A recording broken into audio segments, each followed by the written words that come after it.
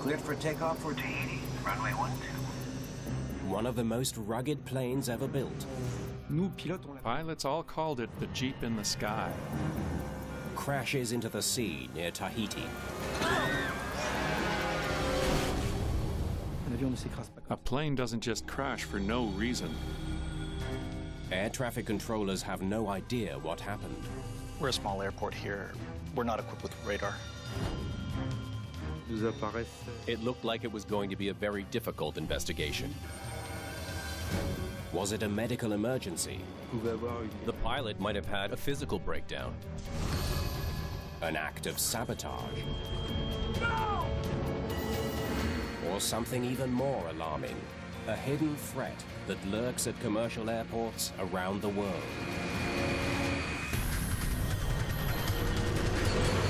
Mayday, Mayday.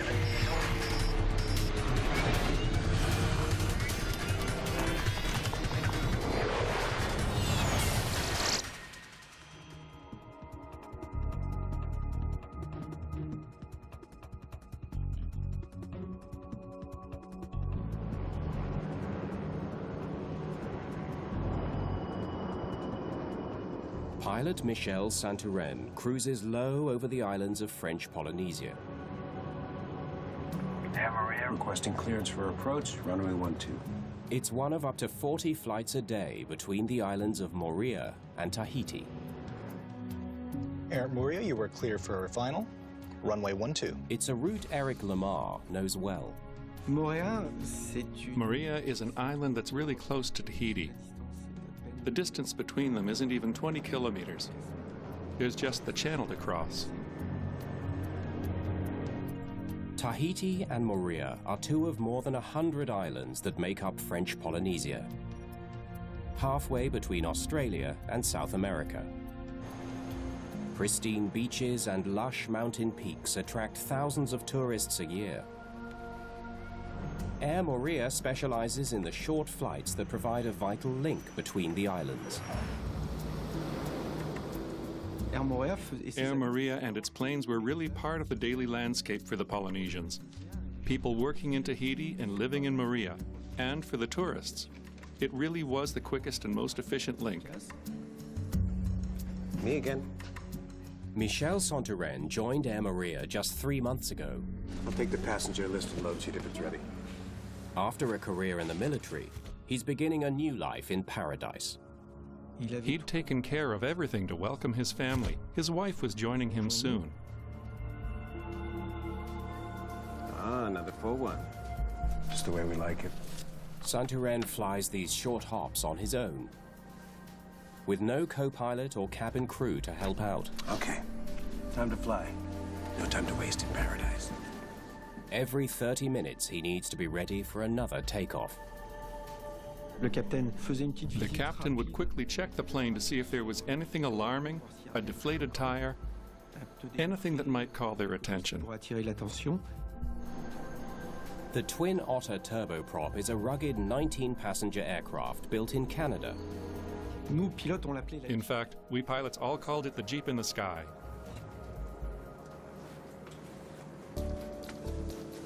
Nice shirt. We would greet the passengers quickly and reboard. Yeah, you see. It was very, very short, let's say. How you doing? Just put the luggage in the seat in front of you. Beautiful day to fly. After less than 15 minutes on the ground, Santoren is ready to go again. Tower, we're ready to taxi. AirMoorea, you are cleared for takeoff, runway 12. Cleared for takeoff for Tahiti, runway 12. The Twin Otter has little automation. Santoren flies this plane by hand. The majority of modern commercial planes are loaded with help for the pilots. Electronics, screens. But on this type of plane, you have the pleasure of handling the plane and fully controlling it.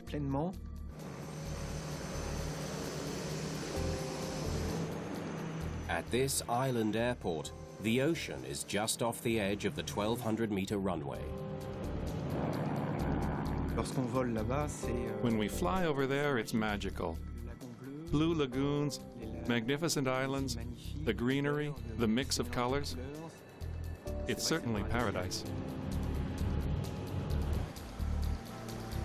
Vacationers get to watch the regular takeoffs and landings. The flight is one of the shortest on Earth, just 7 minutes from takeoff to touchdown. Huh? But on Flight 1121, something is wrong. The Twin Otter is losing altitude fast. It falls into a steep dive. Less than 2 minutes after takeoff, Flight 1121 crashes into the Pacific.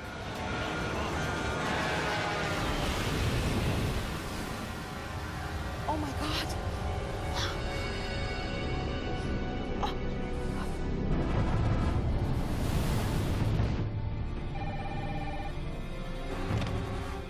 The tower is told what people have seen. Is it floating or has it gone under? Local fishermen rush to help, but they find no survivors, only bodies. All 20 people on the flight are dead. On a fait ce qu'on a pu, mais en fait, il n'y avait pas de survivants, quoi. Il n'y avait personne. Personne de vivant. I will always remember. It was terrible because we were still hoping that despite what happened, people would come out alive, or at least a couple.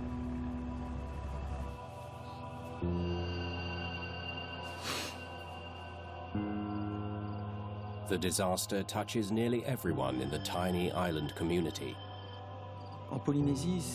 In Polynesia, everyone knows each other. Everyone is someone's cousin or knows their family. So people were hit very hard by this accident. The AirMoorea fleet is grounded when pilots refuse to fly the Twin Otter until they know what caused the crash. A plane doesn't just crash for no reason. It was either due to pilot error or a mechanical problem.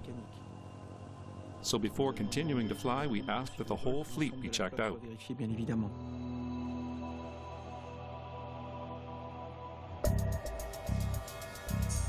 Bonjour. Because Moorea is a French territory, a team from France's Accident Investigation Bureau, the BEA, is sent from Paris. It's their job to figure out what went wrong. Tell me there's more. Alain Bouillard leads the investigation. Le Twin Otter est un avion extrêmement robuste. The Twin Otter was an extremely robust plane. It was used in all the difficult places where other planes can't normally take off and land. C'était quelque chose qui nous a interpellés. That made us wonder, what could have happened to this plane that would have made it hit the water? La surface de la mer. Investigators usually rely on clues from the wreckage. This tells us nothing. But most of this plane is at the bottom of the ocean. Bouillard will have little to go on unless he can get vital pieces back on dry land. We are going to need a lot more wreckage than this. There's another reason to find the plane. Unlike large airliners, Twin Otters are not required to carry cockpit voice recorders, but AirMoorea installed one anyway. It could hold the answers investigators are looking for. We were hoping to get, in addition to the voice in the cockpit voice recorder, any kind of alarms that would sound.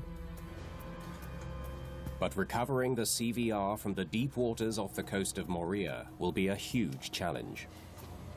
Way too deep to send on divers. The sea depth of this area was around 700 meters, so obviously you cannot send any diver. You need to send a remote control operated submarine.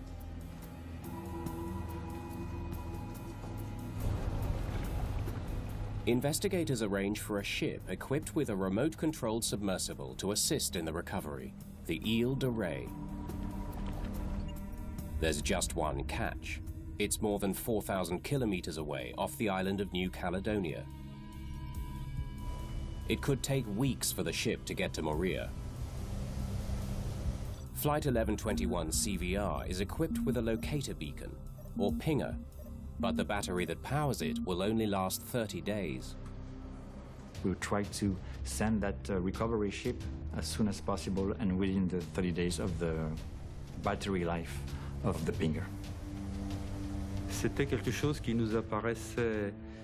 It looked like it was going to be a very difficult investigation if we couldn't recover the cockpit voice recorder. De conversation du cockpit.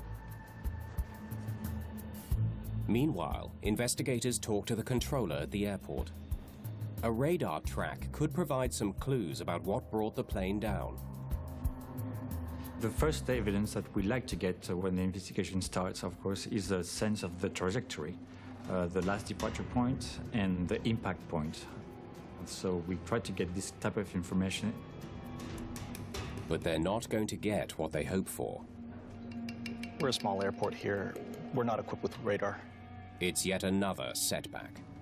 When we discovered that we did not have any radar data, we were slightly disappointed in the sense that we knew it was going to be harder to recreate the trajectory of the aircraft. I saw the plane climbing and then suddenly dove into the water. Until the Ile de Ré arrives, investigators must rely on the only evidence they have: witness reports of the crash. Il nous paraissait. We thought it was critical to gather all the eyewitness accounts to help us understand what happened. Comprendre l'événement. Most of the witnesses were either on the beach in Moorea or on the boats fishing. All of them stated that they saw the aircraft climbing normally. Every day, more than 500 twin otters navigate some of the most challenging routes on Earth, from the Australian outback to the frozen tundra of the far north. If there's a fatal flaw in the famously sturdy twin otter, the aviation world needs to know as soon as possible. That fact increases pressure on investigators to figure out what brought down Flight 1121. He was climbing normally, then seems to lose control of the plane. Maybe it was their weight. When you have a weight imbalance issue, you usually have your troubles right after takeoff. Calculating the weight of cargo, passengers, and fuel correctly is critical on small commuter planes. Getting it wrong can be deadly, as a crash in the United States demonstrated in 2003. US Airways Express Flight 5481 departs from Charlotte, North Carolina. Just 30 seconds after takeoff, the pilots lose control of their Beechcraft 1900. The commuter plane plummets to the ground, hitting an airport hangar and killing all 21 people on board. Investigators discover the plane was dangerously overloaded, more than 250 kilograms over its maximum allowable takeoff weight. The crew used incorrect estimates for passenger and baggage weight. It's very important to know the weight of your aircraft before you take off. And therefore, we did investigate this issue very, very soon into the investigation. 19 passengers with fuel and cargo. The BEA team checks the load and balance sheets from the AirMoorea flight and finds no issues. We found out that everything was within the manufacturer's limits. They should have been fine. Whatever brought down the plane, it had nothing to do with weight.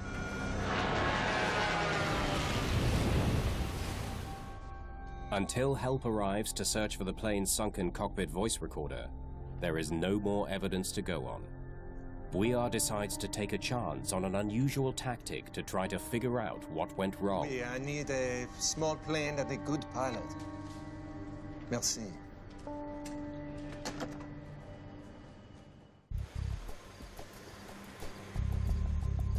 Above the island of Moorea, Alain Bouillard takes an unusual flight aboard a small commuter plane. A flight he hopes will enhance the memory of those who witnessed the crash of Flight 1121. Okay, let's make a pass over the lagoon. Pilots have a specific task to do at each stage of the flight. If witnesses can identify how high Santurén climbed, it might help investigators figure out what he was trying to do when he lost control of the plane. They ask witnesses to watch as Bouillard's plane climbs from the airport. If you ask them what was the maximum altitude, they might not be able to tell you, or this was 500 feet or 1,000 feet or 2,000 feet. But if you actually show them an aircraft in the air and say, this is 500 feet, did it match what you saw? They can say more easily yes or no. No, it's too high.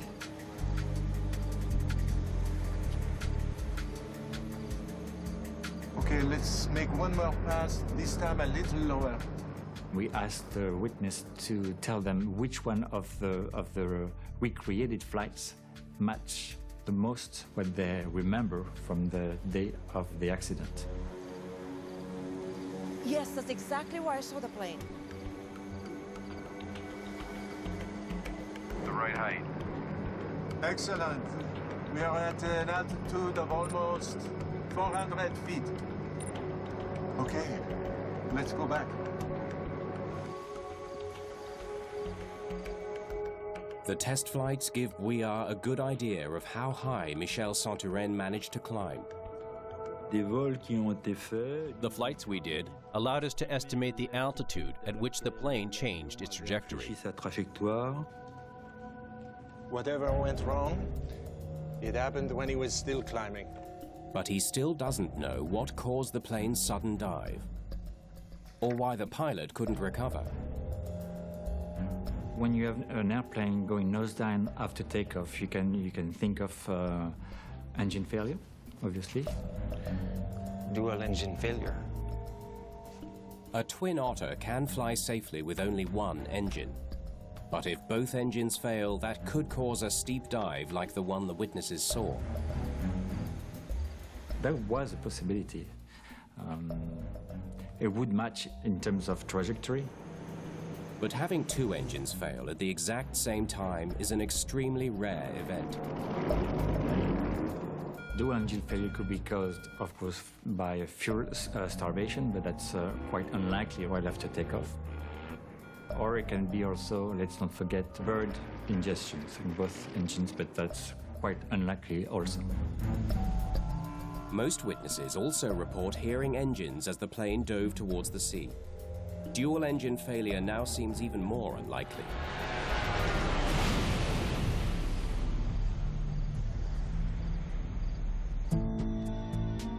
Sounds captured by the cockpit recorder could confirm if the engines were running. But until it's recovered, Bouillard only has the unusual flight path to go on.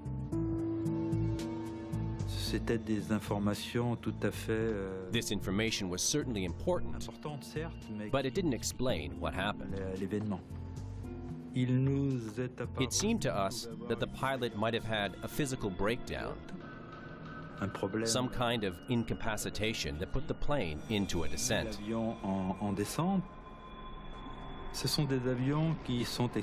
These are planes that are flown by a single pilot.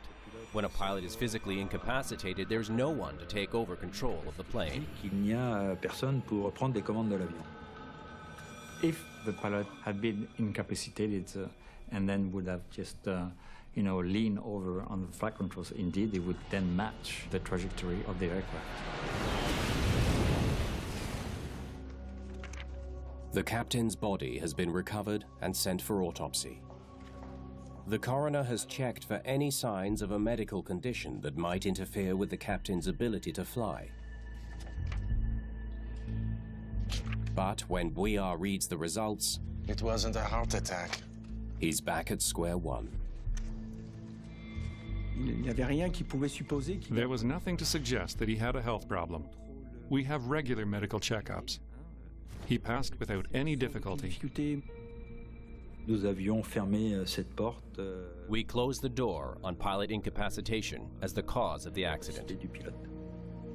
Bouillard must consider every possible cause for the crash. He explores a terrifying possibility.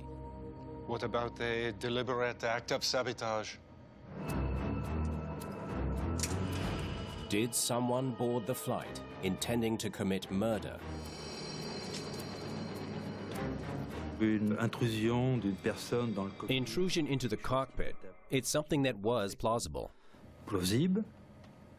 VR knows that it's happened before. December the 7th, 1987. A disgruntled airline employee smuggles a handgun aboard Pacific Southwest Airlines Flight 1771.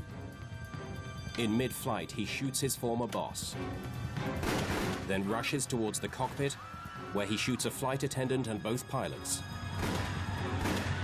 He then forces the plane into a steep dive. There's no hope for any of the 43 people aboard. The small jet slams into a California hillside and disintegrates.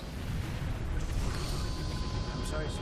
You can't be in. What are you doing? If someone on AirMoorea Flight 1121 entered the cockpit and attacked the pilot, the sound of the struggle would be on the cockpit voice recorder. At this stage of the investigation, it was pretty obvious that we had to find the CVR.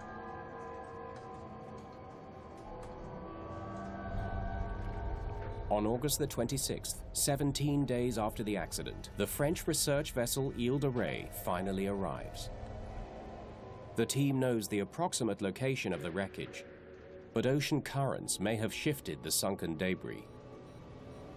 We had narrowed down the search zone to a circle of about 260 meters in diameter. We were fairly confident it was going to be in that zone, but we didn't know if it was going to be laying by itself on the seabed or if it was still in the fuselage of the aircraft. They zero in on the recorder's locator beacon. That's the sound we're looking for. Technicians on the Ile de Ré launch a remotely operated underwater vehicle, or ROV, towards the sound. We quickly located the area on the sea floor where the wreckage was dispersed. There's our twin otter. The remains of AirMoorea Flight 1121 lie more than 650 meters below the waves. We saw the detached wings. We saw the engines. We saw part of the cockpit. See if you can find the tail. La décision très vite a été de se... The decision was quickly made to focus on the tail, where the cockpit voice recorder could be found. de conversation. Okay, let's cut it open and get the CVR out of there. Nous avons pris la décision We decided to cut through the fuselage to recover the flight recorder. de conversation. It's a delicate operation. One false move and the sub could damage or destroy the crucial recorder. Nice and easy. We were really hoping to find it there, undamaged or just slightly damaged, and therefore increasing our chance of success for the readout process. The salvage operation demands incredible patience. Ce travail de découpe This job of cutting out or of the ROV chewing open a hole in the plane took 5 or 6 hours of work before we could get to the cockpit voice recorder. de conversation. Finally, the team frees the CVR. We got it. Excellent work. We felt a great sigh of relief. So it was a sense of satisfaction and then also worries, because if you have the recorder, that's a very good thing, but then you have to have the data in it. So the next phase to organize was shipping the recorder back to the lab at the BEA for a readout as soon as possible.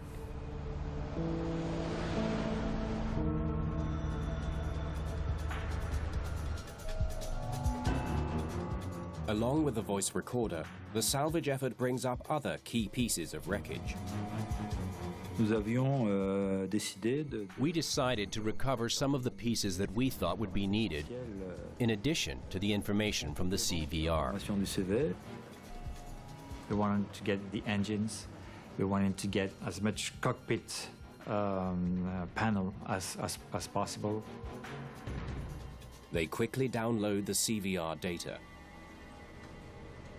A lone pilot hardly speaks at all. Investigators must listen for other sounds that could provide leads.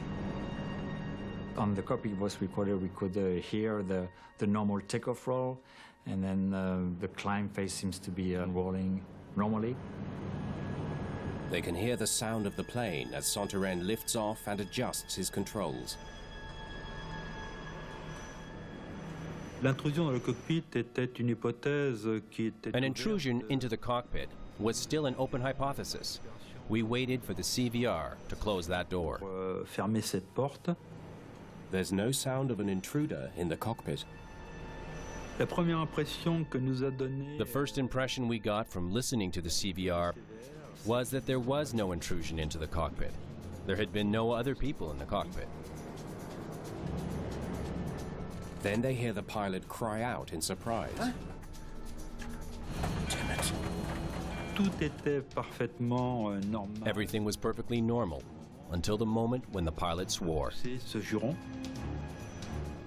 The sound recorded in the cockpit allows investigators to rule out another theory as well. Engines sound fine. The CVR proved they are at the maximum takeoff power all the way to impact. Sounds like he's pulling in the flaps. The pilot's cry of surprise comes just after he adjusts the flaps on his Twin Otter. Again, please. You could hear on the CVR the flap being retracted. You can also hear the pilot breathe a little bit heavier, like he was pulling on the flight controls at that time.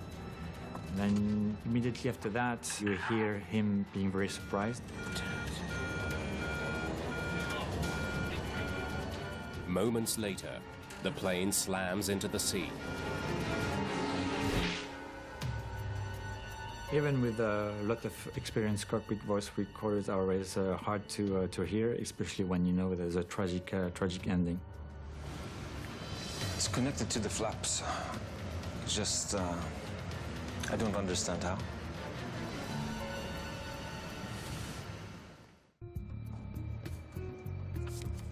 Investigators learn that on flights to Tahiti, Twin Otter pilots retract their flaps when they reach about 400 feet, the same altitude where Flight 1121 began to dive. They wonder if the flaps malfunctioned. Before takeoff, pilots routinely extend their wing flaps to increase lift while they climb. Pour les phases de croisière, once the plane approaches cruising altitude, extended flaps increase drag, so pilots must retract them when they approach cruising altitude. Investigators study the mechanism that operates the flaps. We did recover the flap actuator and we were able to analyze it. They find that it's in the correct position and shows no sign of any malfunction. Flaps are fine. The results of the examination showed that the flaps were retracted at impact. After weeks of work, Bouillard still can't explain why Flight 1121 fell out of the sky. Now, let's take a good, close look at these cables. He focuses on the cables that operate crucial control surfaces in the tail of the plane. Nous restait la possibilité d'une défaillance. We were left with the possibility of a mechanical breakdown or failure. The control surfaces in the tail of a Twin Otter are activated by just 4 cables. 2 move the plane's rudder right and left, and 2 move the elevator up and down. All 4 were damaged in the crash. Bouillard looks for anything that might tell him when and how they snapped. Aviation cables are made up of multiple strands of thin wire that are twisted and then braided together for extra strength. 3 cables have unraveled, clear indication that they were ripped apart suddenly on impact. And impact damage. But 1 cable looks different. Now this is interesting. This one did not snap on impact. 1 cable was broken in a different manner than the three other ones. So that was something that we had to investigate. Two cables run to the elevator on the tail. One pulls it down to pitch the nose down. The other cable pulls it up to pitch the nose up. That's the one that broke before impact. If it snapped in flight, the plane would have been thrown into a severe dive. Damn it. La rupture du câble, la cabrée. The failure of the pitch-up cable was consistent with the trajectory that was described by the eyewitnesses. Dove into the water. Finally, investigators understand why Michel Santurenne lost control of his twin otter. An extremely rare mechanical failure that came without warning. It's a revelation that leads to a more urgent question. Okay, let's send these to Estelle in Paris and see what she thinks. They must now figure out why the cable snapped before it happens to someone else.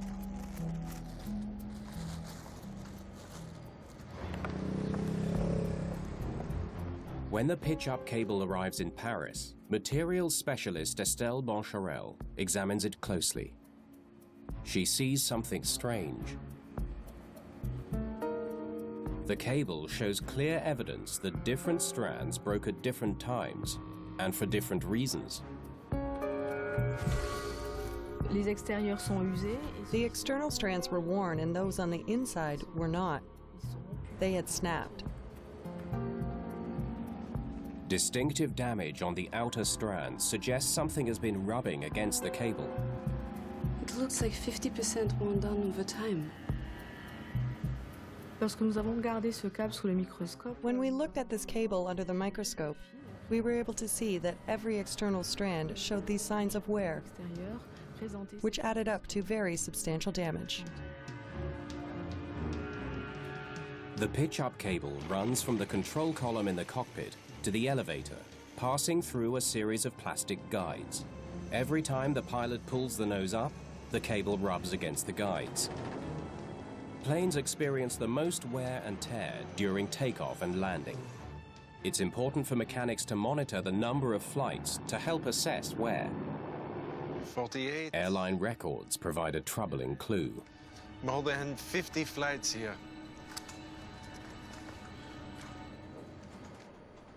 AirMoorea, you were clear for... AirMoorea planes make frequent short hops and make many more takeoffs and landings than most large airliners. On average, it performed 50 to 70 takeoffs a day and landings too. The same plane. Investigators need to know how all that back and forth movement could have affected the pitch-up cable. They devise a test that replicates the friction on the cable. But there's another factor that must be taken into account. This is the only plane in the AirMoorea fleet with stainless steel cables. We found out that there was a different type of control cable used for this particular aircraft. The accident plane is a new addition to the AirMoorea fleet. The airline's other planes have control cables made of carbon steel. But Flight 1121's cables are made of stainless steel.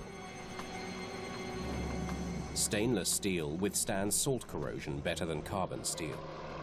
It would make sense to make the decision to use stainless steel so that your cables would corrode less in a very saline environment. Cables could be susceptible to corrosion more than if you would operate over land. But stainless steel cables also have a disadvantage. They wear down more quickly from friction, something AirMoorea failed to take into account when drawing up the maintenance schedule for the Twin Otter that crashed. A stainless steel cable contains chrome, which makes it better at resisting corrosion. It also contains nickel, which can make it more sensitive to wear. Lab results confirm that the frequent short flights helped wear away the outside of the stainless steel cable. The stainless steel is worn, just like on AirMoorea. The wear was the result of rubbing against parts of the plane.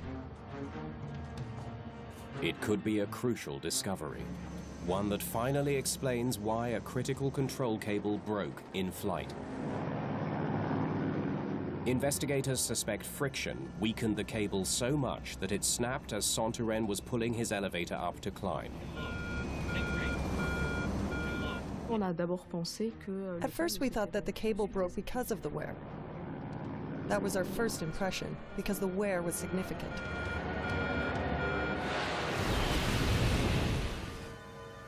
Boncharel puts the theory to the test. She recreates the force used by Santoren to pull up the nose of the plane. If she's right, the worn cable should snap. But it doesn't break. Once we performed this test, we saw that with 50% wear, you still needed much more force. A force 10 times stronger than what you'd find in flight during this phase of flap retraction. Thanks to the tests, we realized that even a cable worn down by 50% could have withstood the stress of the entire flight. Cable remained intact. We had to figure out what phenomenon could have weakened the cable. Something else helped to snap that cable. What? Investigators know that planes sometimes sustain hard-to-detect damage from small impacts with ground vehicles. If an airport vehicle accidentally ran into the plane's elevator, the impact may have broken more wires in the already worn pitch-up cable.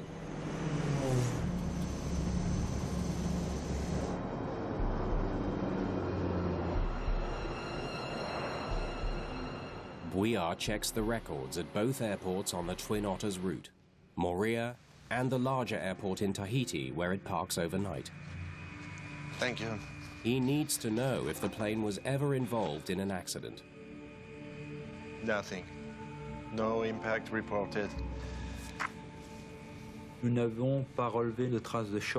didn't find any evidence of impact on the control surfaces, which eliminated the possibility of contact with another vehicle during overnight parking. It's another dead end. There seems to be no way to explain why a cable would snap in flight. Until Bouillard notices something on the taxiway at the busy Tahiti airport. Tell me, how close do those jets get to the AirMoorea planes? We targeted the phenomenon of the exhaust from a jet engine, a phenomenon called jet blast. Jet blast is the powerful exhaust expelled from jet engines. The hurricane force winds can reach speeds over 160 kilometers per hour. A plane at full power, a plane like an Airbus or like a Boeing, whose power can flip a plane a few dozen feet behind it. It's a phenomenal force.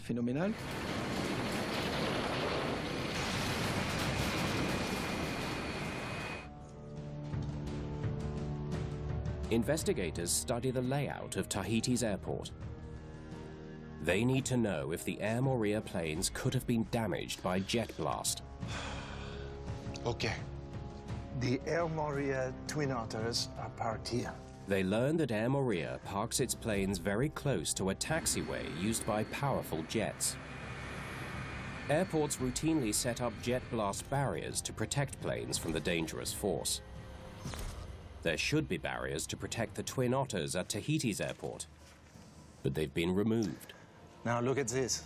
It's an important discovery. The jets, they back out here. These barriers were removed to make it easier to go from one parking lot to another. There was no longer this physical barrier to protect the Twin Otter planes. The Airbus or Boeing jets were found, let's say, about 50 meters away from AirMoorea's parking. Very close. The AirMoorea planes are parked right in the path of the jet blast. This plane had been parked in an area that was prone to receiving blasts from the large carriers during their departure. We therefore arrived at this hypothesis, that there was a very high probability that the cable was weakened by jet blast.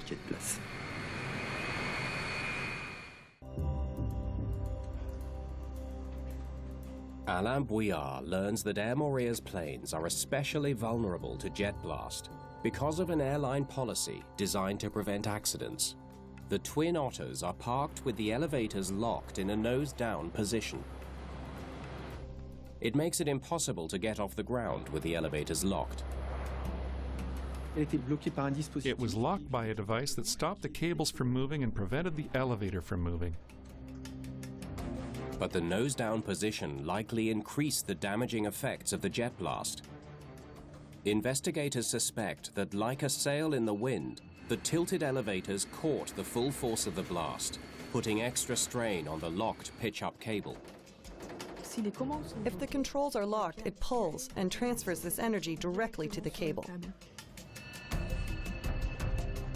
They now wonder if the force of the jet blast is enough to break a worn cable even further. Another cable test provides the answer. There was a cable worn down by 50%, a cable that was still able to resist a hefty amount of strain, and then a jet blast phenomenon left the cable so fragile that it only had 1 or 2 strands left intact.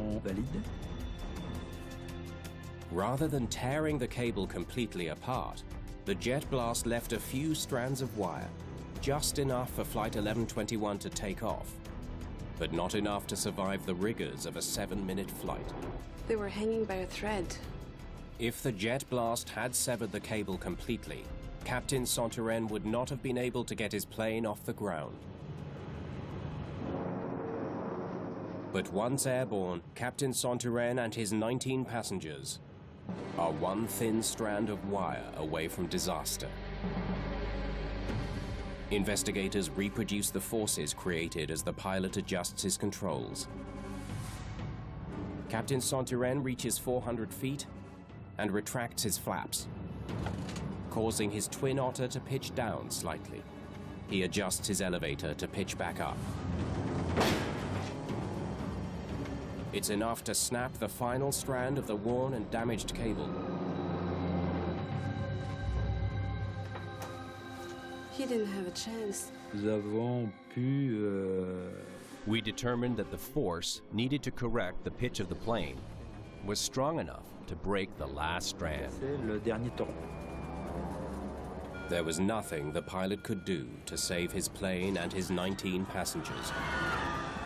You can imagine his reaction. What's going on? The cable broke. The control column came back, and by the time you analyze what happened, the plane drops very quickly, and a few seconds later, you've hit the Earth.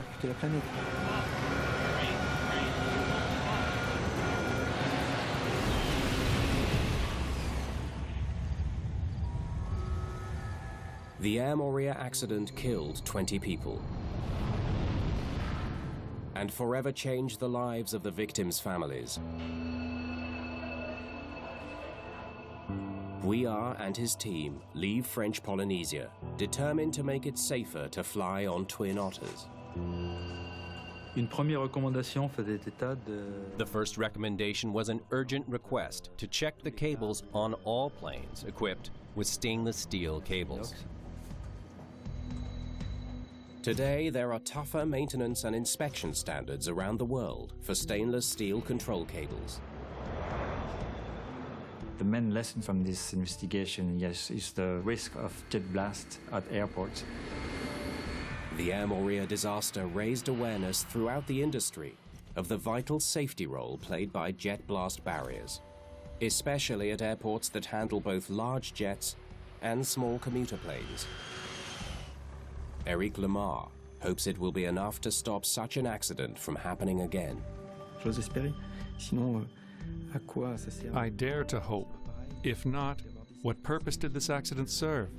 To have 19 passengers die and have the same thing happen again without learning anything? It would be a shame. C'est dommage. Meet passionate people and their unusual collections in a brand new Clash of the Collectors double bill. There can be only one winner. The judging starts tomorrow at 9.